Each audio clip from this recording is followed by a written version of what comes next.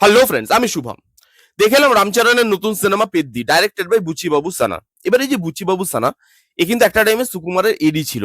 পুষ্পার director Sukumar, তার assistant director ছিল। এবার এই সিনেমার যে ফার্স্ট হাফ, ওটা দেখলে আপনার বারবার ফিল হবে গুরুকে কপি করার চেষ্টা, সুকুমারের যে স্টাইল সেটাকে কপি করার চেষ্টা, এবং সেই সিনগুলোতে আপনার বারবার মনে হবে যে বাবা তো বাবাই থাকে বস।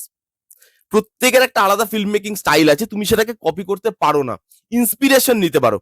কিন্তু এখানে থেকে কপি করতে গেছে ফার্স্ট হাফটায়, এবং সেখানেই না এই সিনেমাটা সমস্ত প্রবলেম শুরু হয়। আমি আসছি পরবর্তীকালে, বাট তার আগের গল্পটা বলি। এটা একটা হিরোর গল্প। হিরো এমন একটা গ্রাম থেকে উঠে আসছে যে গ্রামের কোনো অস্তিত্বই নেই, ইন্ডিয়ার ম্যাপে তার কোনো জায়গা নেই।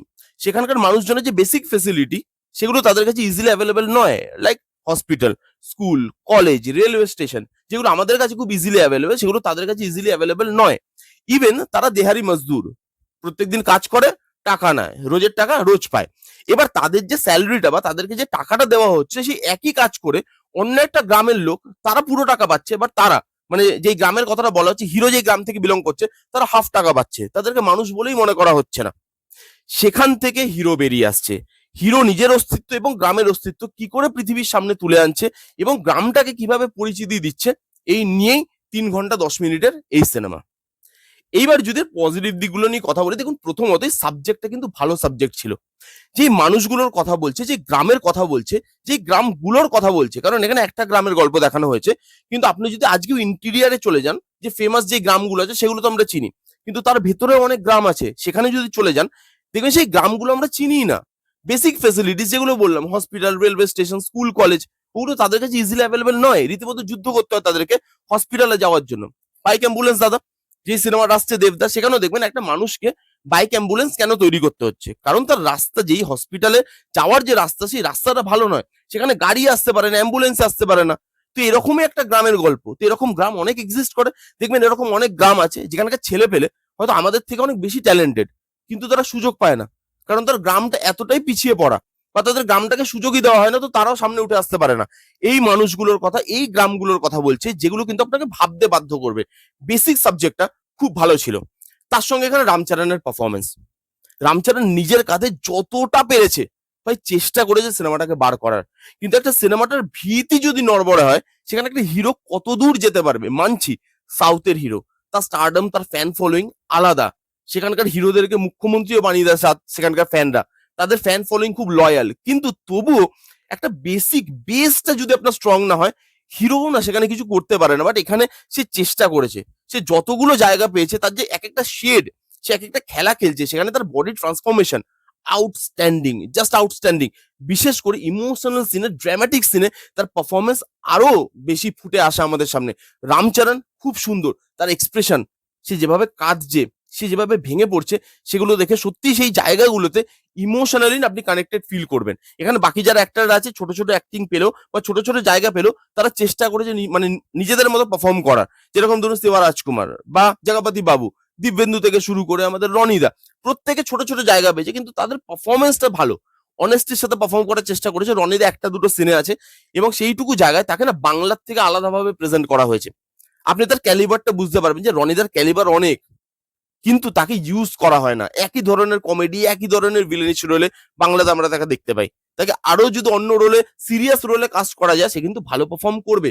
ইভেন বাংলা তো সে যতগুলো সিরিয়াস রোল পেয়েছে তার ক্যারিয়ারে, সে কিন্তু ভালো করার চেষ্টা করেছে। এখানেও তার পারফরমেন্স ভালো, তো পারফরমেন্স প্রত্যেকের ভালো। এরপর ইমোশনটা এই সিনেমাতে না কানেক্ট করে যায়। একটা সিন আছে জগপতি বাবুর, একটা ট্রেনের সঙ্গে সিন আছে, সিনটা খুব ইমোশনাল, ওইখানে আপনি ইমোশনালি কানেক্ট করবেন।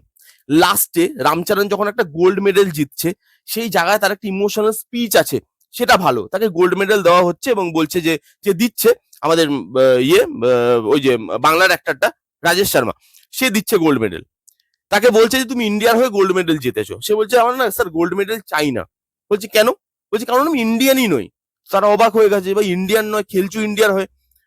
বলছে আমি যে গ্রামে থাকি, সেই গ্রামটি ইন্ডিয়ার ম্যাপেই পড়ে না, তো আমি ইন্ডিয়ার লোক কি করে, আমি কি করে ইন্ডিয়ার জন্য খেলছি? সেই গ্রামটারই কোনো পরিচিতি নেই, আমাকে অন্য গ্রামের নাম নিয়ে এখানে খেলতে হচ্ছে। সেই যে জায়গাটা, তারপরে যে ইমোশনাল স্পিচটা দেয়, সেটা খুব সুন্দর, ভালোভাবে কানেক্ট হয় ওই জায়গাটা, ক্লাইম্যাক্সটা খুব ভালোভাবে ডিজাইন করা। এবং এখানে এ আর রহমানের বিজিএম, এক একটা সিনে কিচ্ছু নেই, কিন্তু আপনি এই সিনেমাটা দেখলে বুঝতে পারবেন যে বিজিএম কতটা ইম্পর্টেন্ট এবং এআর রহমান কেন লেজেন্ড। আউটস্ট্যান্ডিং ওখানে পুল অফ করেছে সিনগুলোকে শুধু বিজিএম দিয়ে। গানগুলো ভালো এবং গানগুলো যে জায়গায় আসছে সে গানগুলো শুনতেও ভালো লাগবে।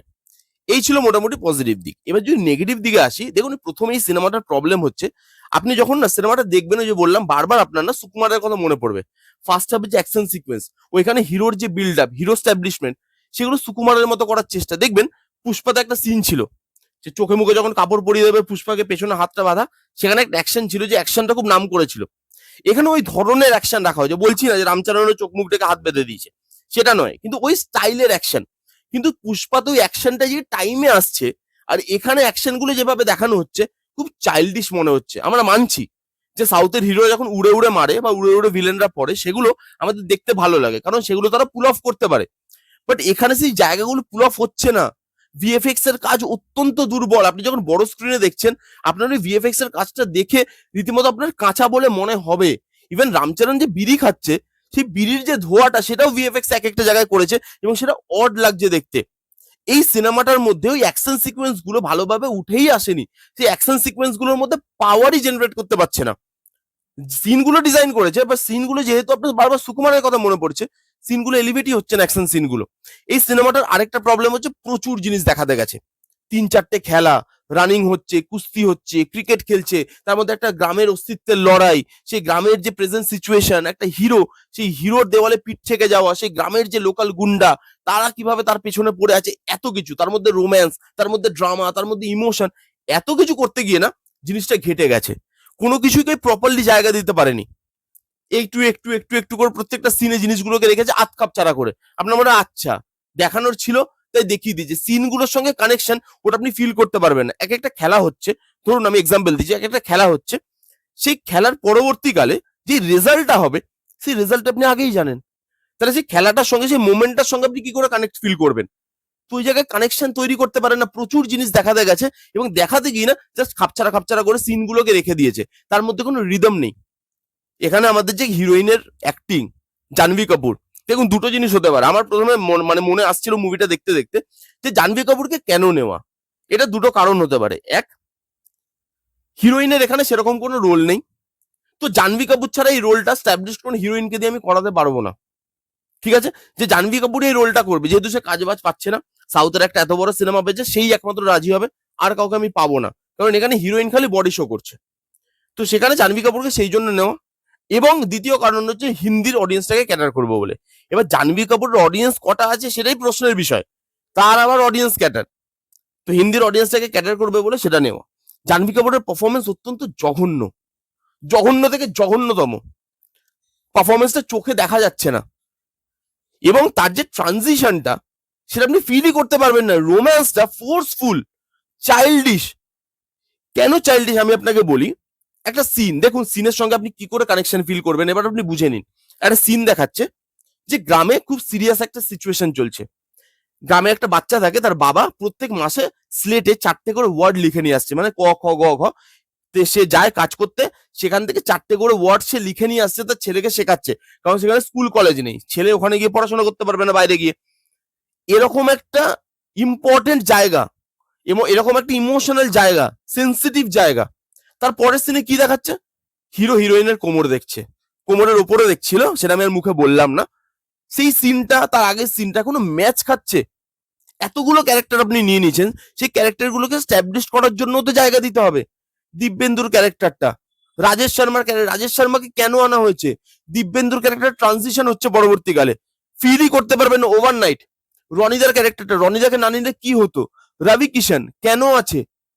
আপনার মনে হবে যে খালি আপনি প্রত্যেকটা জায়গার ফ্যানকে ক্যাটার করবেন বলেন, প্রত্যেকটা জায়গা থেকে লোক নিয়ে ভোজপুরি থেকে নিয়ে নিলাম, বাংলা থেকে নিয়ে নিলাম, হিন্দি থেকে নিয়ে নিলাম, তাদেরকে আপনি প্রপারলি অনেস্টির সাথে ব্যবহার তো করতে পারছেন না। তারা হয়তো নিজেদের জায়গায় এরকম ধরনের বড় সিনেমা পাচ্ছে না, তাই তারা হয়তো করতে রাজি হচ্ছে, কিন্তু আপনিও তো তাদেরকে প্রেজেন্ট করতে পারছেন না।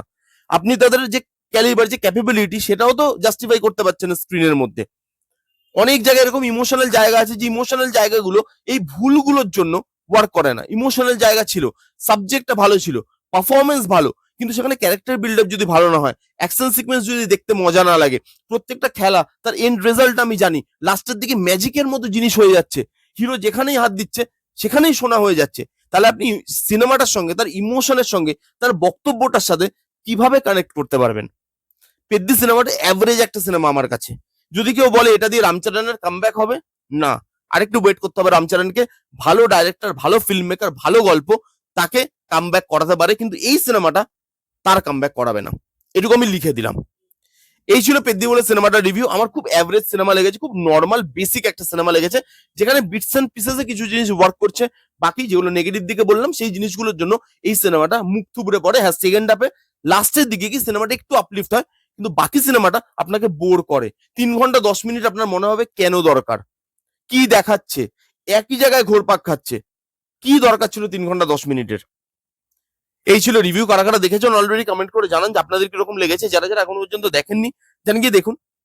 আপনাদের মানে দেখুন, সিনেমা সাবজেক্টিভ ব্যাপার, প্রত্যেকের টেস্ট ভ্যারি করে সিনেমা অনুযায়ী। তো আপনাদের কিরকম লাগবে সেটা আমি বলতে পারবো না, বাট আমার ভালো লাগেনি। যারা যারা দেখতে চান গিয়ে দেখতে পারেন। এই ছিল রিভিউ। কেমন লাগলো রিভিউটা জানাতে ভুলবেন না। ভালো লাগলে please give Thums up, like করবেন, কমেন্ট করবেন, শেয়ার করবেন, চ্যানেলটাকে মাস্ট মাস্ট সাবস্ক্রাইব করবেন। দেখা হচ্ছে নেক্সট কোনো ভিডিওতে। ততক্ষণ bye bye, take care and be safe.